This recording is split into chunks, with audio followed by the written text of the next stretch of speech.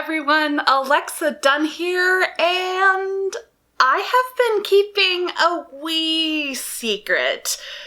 Thankfully not too long. There was a moment when I was worried I would have to keep the secret for like 6 months. Ultimately, it's gonna be more like 6 weeks, and I mean, you're watching this, so the secret is out, and so I sold my book. I'm so excited. So I sold The Ivies, which is my thriller that I have documented on this channel. I went on submission at the end of September, and 3 weeks later I heard that an editor was interested in it, and 3 weeks after that, yesterday, the deal closed. I have a publishing deal for my next book, my YA thriller, and it's coming out really soon. It is coming out in spring 2021. I don't have an exact pub date, but I am thrilled because that is going to be basically exactly a year after The Stars We Steal, so you won't have to wait that long for it. From like now, it's like a year and change, which also means I have to edit it very fast because publishing finishes working on their books about a year out, so my writing vlogs are about to get very revisey. I will link down below to the deal announcement so you can see it. It's not in this video because I want to simultaneously post this video, so no time to edit it onto the screen, but yeah. So in my October writing vlogs, I was being a little bit secretive, a little bit coy toward the end there. The early part where I was nervous about being on submission, completely accurate, but like the very last week of updates, I was keeping the secret that I knew that there was an editor out there who wanted to buy my book. Now I've decided I'm going to do a whole video on what submission feels like the second time around, because it was both more nerve-wracking and very different. The whole experience was different, but I'll talk a little bit about it here because this is my book deal announcement video. So as I mentioned, the third week of September, I went on submission to HMH, so the publisher of my first 2 books.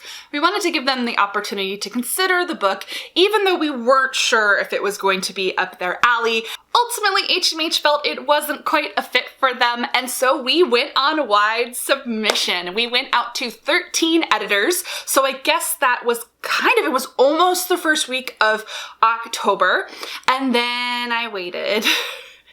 The waiting. I mean, you saw it in the vlog. I felt this constant low-grade anxiety, and in fact, I tried to keep it out of the vlog and keep it away from my friends because I knew I was being a basket case.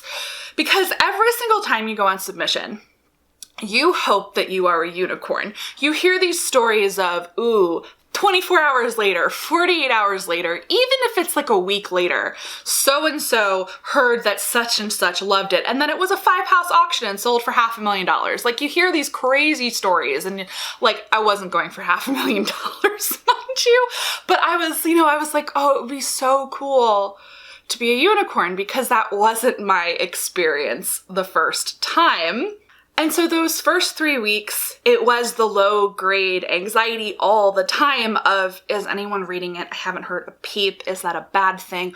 Oh my gosh, is this going to be just like last time and it's going to be a ton of rejections? I got all rejections on the first round of submission, and I had to revise the book and go back out again, and then it sold and it had a happy ending, but that was a 7th-month process, and I was like, is that going to happen here?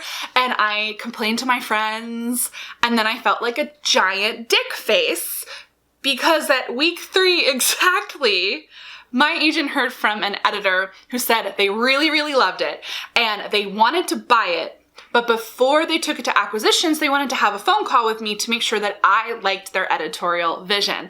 I have never had a phone call with an editor during submission. In my last experience, Brightly Burning sold in a preempt to Houghton Mifflin Harcourt. And so they knew they wanted to buy it, and they offered. I never spoke to my editor before it was bought. That said, adore my editor, Sarah Landis, now an agent, highly recommend. She's great. But this time was completely different because this time, so that first editor wanted to talk to me. So we had a call on a Thursday. It was her and the publisher, like the head of the imprint. I was so nervous, and then it was like so surreal because like these 2 awesome people liked my book. It was such a weird feeling. Like, they said very nice things, and I was like, I don't know what to do with this. It's so strange. And then, yes, they made an offer approximately a week later because I had to go through acquisitions. So that kicked off my agent letting everyone know that there was an offer on the table. So then the next 48 hours was a flurry of rejections. There's still rejection even when someone wants to buy your book. And I was like, selfishly, of course. But like, you know, you're always kind of like, ooh, that imprint, ooh, that editor. But then 2 days later, great news, another publisher wants to buy, and that editor wants to get on the phone with me. So I had another phone call with an editor, and then it happened again a few days later. So I had another phone call with another editor. So that's 3 editors that I talked to. And then because we had more than one publisher who wanted to buy it, I went to auction. I never thought I would go to auction, and I had no idea how it worked, and now I have knowledge, so I will cover that in the submission video. The long story short with an auction is it's multiple publishers bidding to publish your book. Long story short, there was an auction, and at the end of it, I didn't even say at the beginning of this video, you're in suspense or you already clicked the link.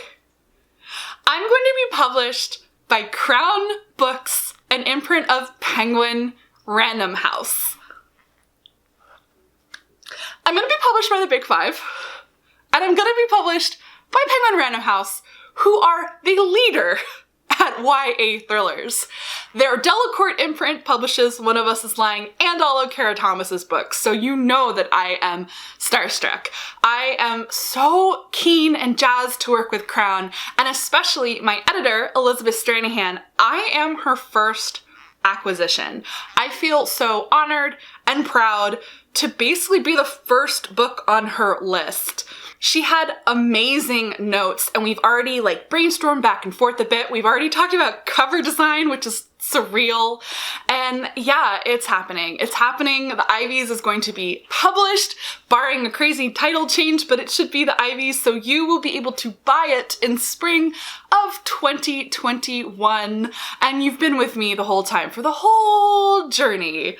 And just because the whole point of this channel is to like let you in on the behind the scenes, now I can really tell you like the imposter syndrome has been strong this one recently. It's been, you know, it's always really interesting after a book comes out and it doesn't break out. And even though I didn't expect to have a breakout with Brightly Burning, and I don't expect to have a breakout with The Stars We Steal, it's been really interesting to feel like, well, I'm living the dream. I got published. It's everything you want, but it does not stop there.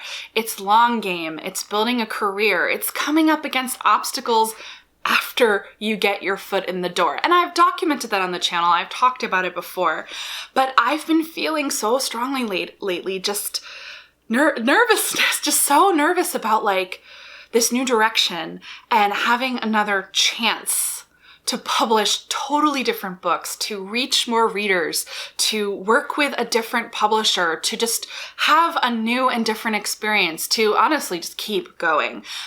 That's what I wanted. I wanted the opportunity to keep going in the industry. And so now it's just a huge relief to know that I hedged, I gambled, and it paid off. Like I had a feeling in my soul, in my gut, that this book was the one. The next one. I had a one before, and I was like, you'll have another one again. And just through the whole process of writing the book, which I had so much freaking fun, and throwing myself into it, and then working on it during the worst time of my life. I was finishing this book when my mom was sick. I'm not gonna cry. I finished it right before everything got really bad with my mom. And then I had to revise it. Sorry, I did the edits after she was gone. And just I know that it meant so much to her that I finished this book and how much I believed in this book. I told her when we were still able to have fruitful conversations before she got really sick. I'm gonna ruin my makeup. I'm wearing Toddy Beauty, the new palette. She desperately wanted me to finish this book. And she knew it, she told me that she knew it was gonna do really well. I really loathe crying on camera. It's not me. I'm gonna stop myself before this gets ridiculous. I legitimately don't want to ruin my makeup. I have more videos to film. But needless to say, this book started at a time before I knew that everything was about to change, and I finished it before I knew the worst, and then I edited it after everything fell apart, and it's really bittersweet. So yeah, I'm gonna leave you there before this gets way messier. This has just been emotional. It's been a journey, and I'm so happy, but it's bittersweet. And it's so strange to think that this book's gonna come out and all my mother ever really knew about it was a pitch, because, you know, I didn't really let her read things. She didn't even read The Stars We Steal, guys. Like, get ready for a weepy video when that book comes out, because I've got all the feelings, but seriously, genuinely, thank you for being with me through this whole thing. It's been a year. 2019 has been a year. It basically has ridiculous highs and devastating lows, and I'm excited for you to read it. I'm so sorry to finish this video as a weepy mess. This is the ultimate Toddy beauty challenge. Can it survive crying? I mean, I haven't had any makeup come off on my fingers yet, so I'm not gonna tell you to give this video a thumbs up because that's weird and morbid, but thank you so much for watching. And if you're not already subscribed to the channel and you're like, why is she crying? I do videos 2 to 3 times a week, information about the publishing industry and behind the scenes look at a real author who is a mess, the highs and the lows of all of this writing and this publishing. And genuinely, everyone, thank you so much for watching. And happy writing. You have to go to the writing for the happiness because, you know, in the darkest days, the writing is what gets you through. I mean, legitimately, I wrote parts of this book in the hospital, so now when you read it, you're gonna feel so morbid. But this book got me through a really terrible time, and I'm so glad that you get to read it, so thanks.